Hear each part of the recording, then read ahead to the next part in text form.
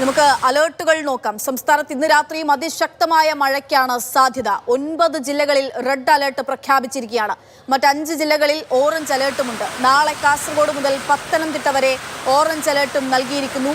TS Harikrishna വിവരങ്ങളുമായി ചേരുകയാണ്. ഹരി, ഈ പെയ്ത്ത് ഇവിടെ അവസാനിക്കുന്നില്ല. ഇന്ന് രാത്രിയും പ്രതീക്ഷിക്കണം, നാളെയും പ്രതീക്ഷിക്കണം എന്നുള്ളതാണ് ഈ മുന്നറിയിപ്പ് വരുന്നതിലൂടെ മനസ്സിലാകുന്നത്. ഏതൊക്കെ ജില്ലകളിലാണ് ജാഗ്രതാ നിർദ്ദേശമുള്ളത്? അതിതീവ്ര മഴ പെയ്യാൻ സാധ്യത?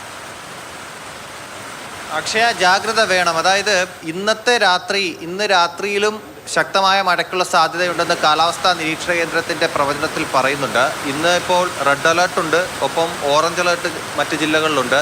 ഓറഞ്ച് അലേർട്ട് ആണെങ്കിലും റെഡ് അലേർട്ടിന് സമാനമായിട്ടുള്ള മുൻകരുതലുകൾ സ്വീകരിക്കണമെന്നുള്ളതാണ് ജില്ലാ ഭരണകൂടങ്ങൾക്ക് നൽകിയിട്ടുള്ള നിർദ്ദേശം. നാളത്തെ കാര്യം പറയുകയാണെങ്കിൽ തിരുവനന്തപുരം, കൊല്ലം ഒഴികെയുള്ള മറ്റെല്ലാ ജില്ലകളിലും മഴ മുന്നറിയിപ്പാണ്. പത്തനംതിട്ട മുതൽ കാസർഗോഡ് വരെ ഓറഞ്ച് അലേർട്ടാണ്. അതിശക്തമായ മഴയ്ക്ക് സാധ്യതയെന്നാണ് കാലാവസ്ഥാ നിരീക്ഷണ കേന്ദ്രത്തിൻ്റെ പ്രവചനം.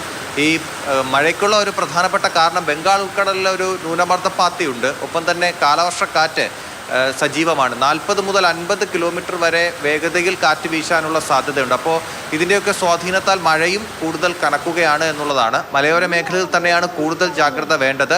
ഒപ്പം തന്നെ തീരദേശവാസികളും ശ്രദ്ധിക്കണം. ഈ കള്ളക്കടൽ പ്രതിഭാസത്തിന് സാധ്യതയുണ്ടെന്ന് പ്രവചനമുണ്ട്. അപ്പോൾ സ്വാഭാവികമായിട്ടും ഉയർന്ന തിരമാലയ്ക്ക് സാധ്യതയുണ്ട്.